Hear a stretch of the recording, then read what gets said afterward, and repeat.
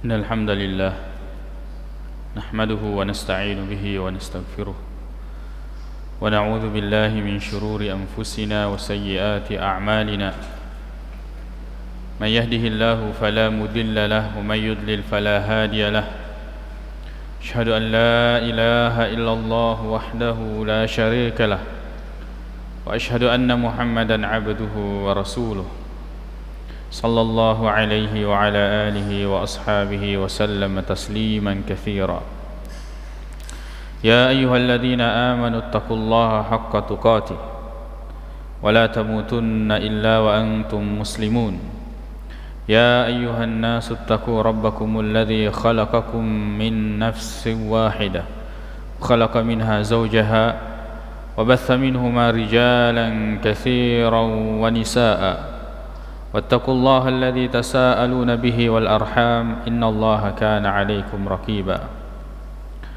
أما بعد فإن أصدق الحديث كتاب الله تعالى وخير الهدي هدي محمد صلى الله عليه وسلم وشر الأمور محدثاتها فإن كل محدثة بدعة وكل بدعة ضلالة. Kaum muslimin jamaah Jumat yang semoga dirahmati oleh Allah Subhanahu wa taala. Pada khutbah sebelumnya kita membahas bahwa yang paling berhak yang kita ikuti untuk kita ikuti yaitu apa yang diturunkan oleh Allah Subhanahu wa taala. Ittabi'u ma unzila ilaikum min rabbikum. Ikutilah apa yang telah diturunkan kepada kalian dari Rabb kalian. Maka di antara nikmat yang paling besar boleh ripamasina fong Allah Subhanahu wa taala yang rituna paturungi riasangi Al-Quran. Allah menurunkan Al-Quran itu nikmat yang sangat besar. Sebab ini iwe rupa tawe semuanya berjalan pada malalaki dan semuanya mengaku berjalan menuju Tuhan, menuju yang mereka yakini. Kalau kita umat Islam ini semuanya berjalan menuju Allah Subhanahu wa taala. Ini perlu dipaham makada dek nasinin na irto malalengel letu. Tidak semua orang yang berjalan itu sampai. Makanya agar kemudian kita sampai kepada tujuan mesti engkau petunjuk. Ya naro petunjuk nariasengi dalile. Dalil ini adalah petunjuk yang akan menunjukkan kita kepada jalan, yang akan menyampaikan kita kepada tujuan. Maka Al-Quran adalah petunjuk menuju Allah Subhanahu wa ta'ala.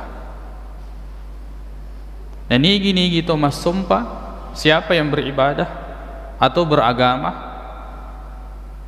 tidak dengan Al-Quran. Ternyata Al-Quran apa akih? Ternyata Al-Quran nak kecuri, pasti dia tersesat. Pasti dia tersesat.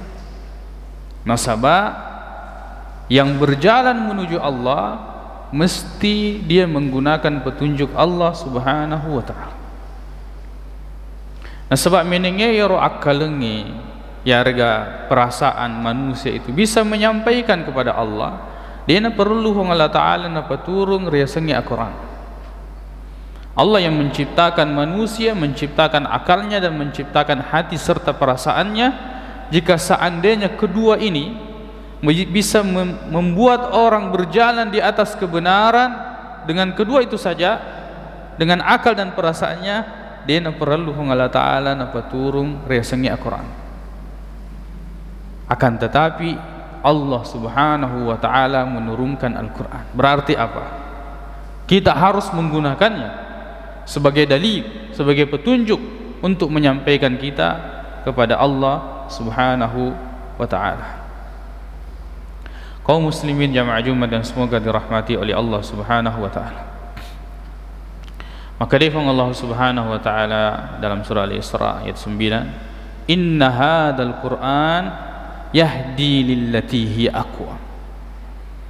Maka dia Al-Qur'an menunjukkan kepada jalan yang paling lurus. Jalan yang paling lurus. Jadi tidak mungkin orang terpetunjuk narekotannya Al-Quran apa pakai, tidak mungkin. Siapapun gurunya, dimanapun dia belajar,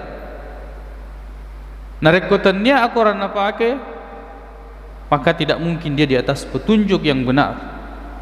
Kemudian wa yubasyirul mu'minina alladziina ya'maluna as-salihat anna lahum ajran kabira.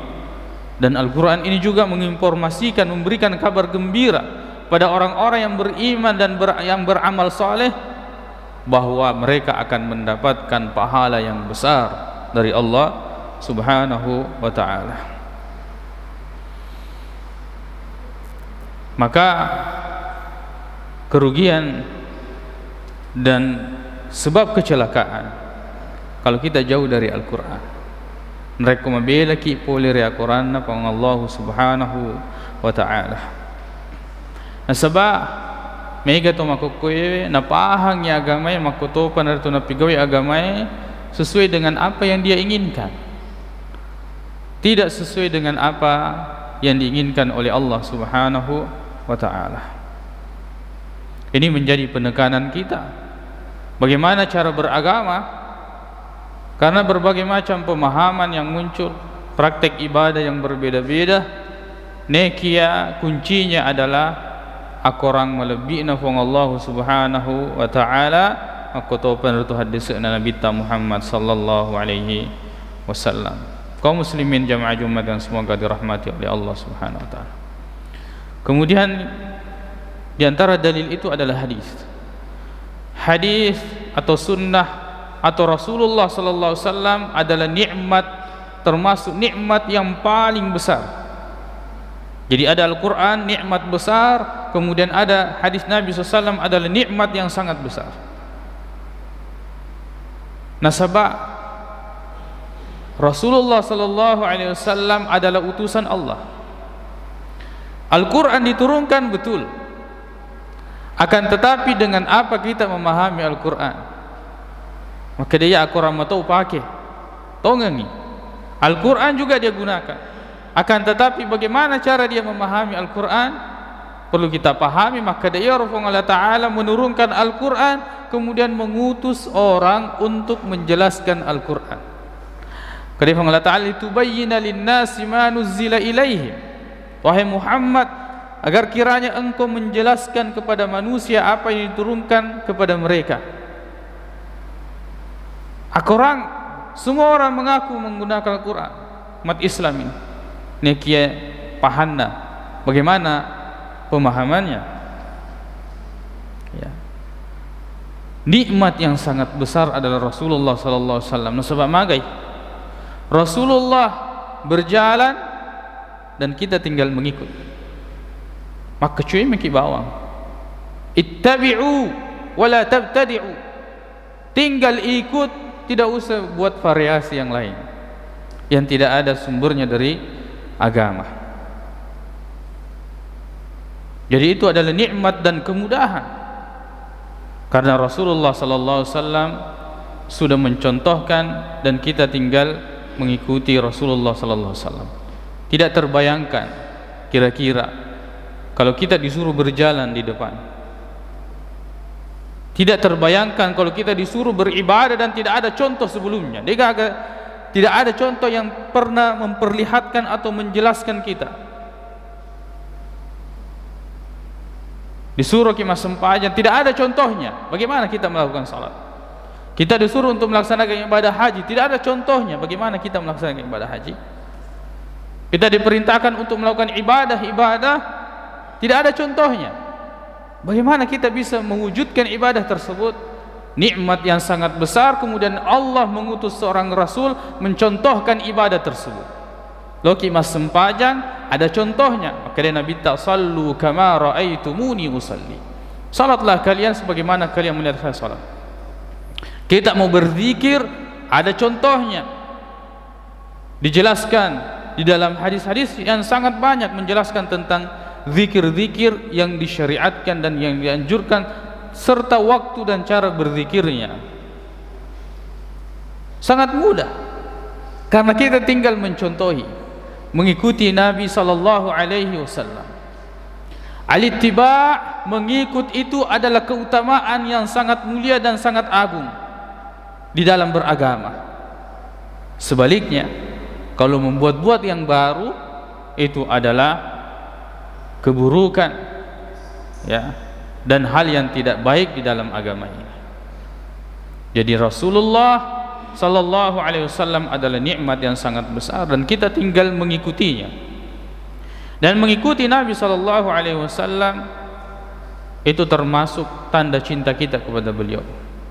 Kedifung Allah subhanahu wa ta'ala, ya, Qul, katakan, in kuntum tuhibbunallah fattabi'uni. Katakan Muhammad kepada mereka, jika kalian mencintai Allah subhanahu wa ta'ala, maka ikutilah saya. Ikuti Nabi sallallahu alaihi wasallam. Yuhibbukumullah wa yaghfir lakum dzunubakum. Maka Allah subhanahu wa ta'ala akan mencintai kalian dan akan mengampuni dosa-dosa kalian. Maka bagaimanapun orang mengatakan dirinya beribadah, kalau dia beribadah, dia di sebelah timur, dia di bagian timur, dan Rasulullah di bagian barat, ibadah yang sangat jauh, tidak sama, sangat berbeda dengan ibadah yang dilakukan oleh Rasulullah sallallahu alaihi wasallam, berarti itu adalah ibadah yang tidak diterima. Man amila amalan laisa alaihi amruna fahuwa rad.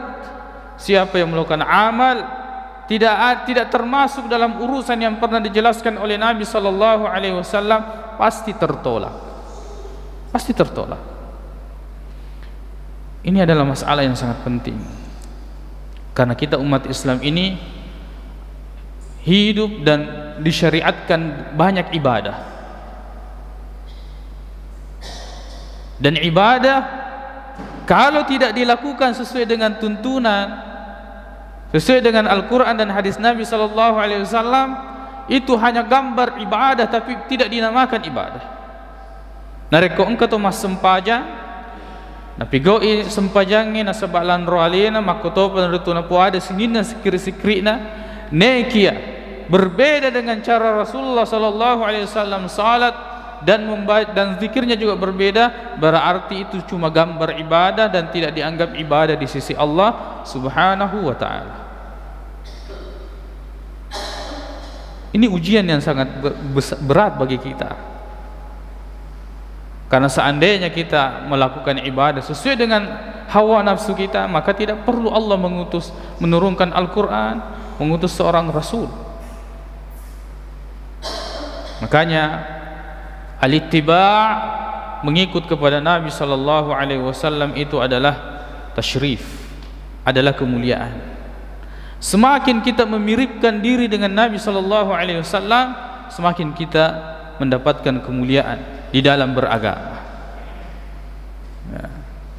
Makanya yang mendapat kemuliaan adalah mereka yang mengikuti dan memiripkan dirinya dengan Nabi sallallahu alaihi wasallam. Kaum muslimin jamaah Jumat yang semoga dirahmati oleh Allah subhanahu wa ta'ala, yan tu narampe pandritata makada nareko agama dirampe mesti macuai dalilina. Nah, itu yang dimaksud dalil di sini adalah firman Allah subhanahu wa ta'ala, begitu pula hadis-hadis Nabi sallallahu alaihi wasallam yang sahih. Qulu qawli hadza wa astaghfirullah li wa lakum.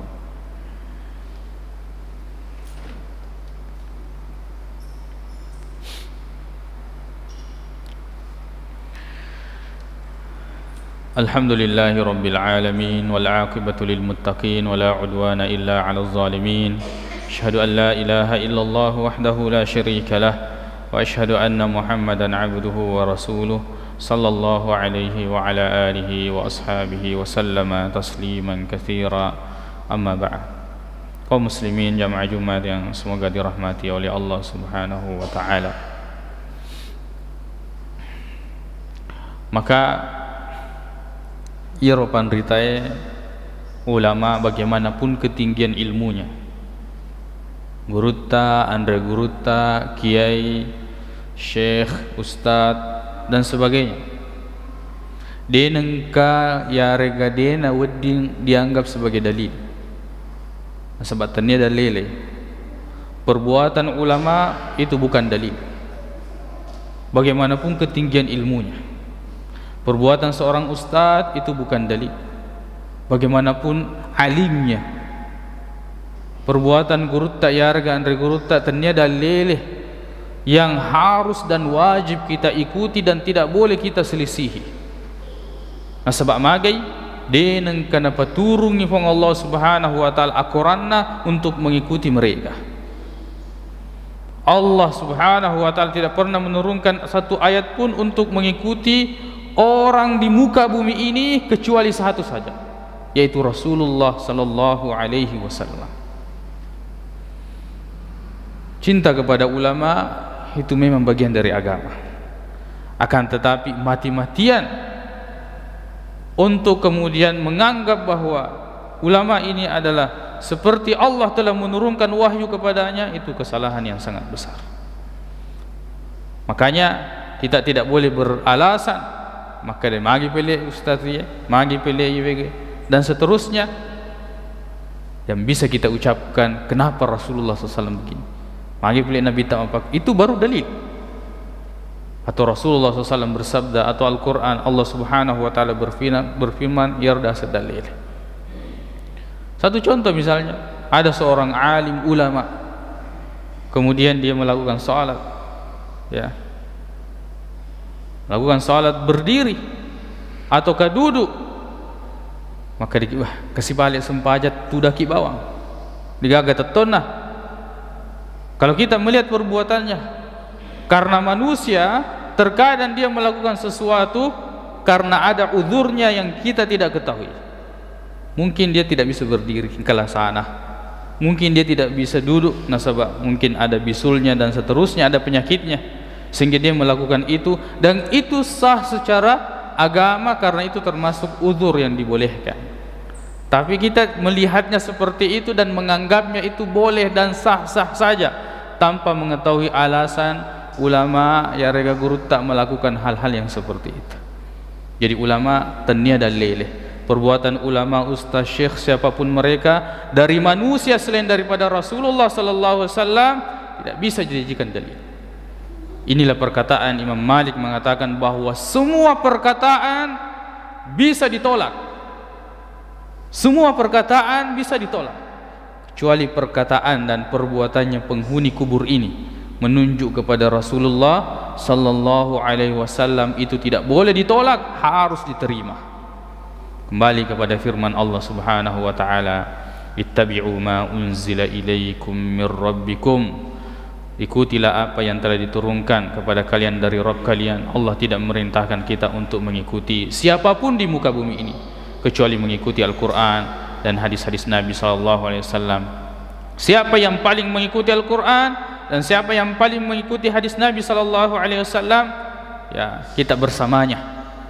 Kan tetapi tidak ada manusia yang maksum terhindar dari kesalahan. Maka dan kepanrita na pada pengemaning sini na tongenge, itu tidak, itu mustahil, sesuatu yang mustahil. Maka dan ada satu orang di muka bumi ini selain daripada Rasulullah sallallahu alaihi wasallam yang mengumpulkan semua yang benar, dia agak salahna, itu tidak mungkin.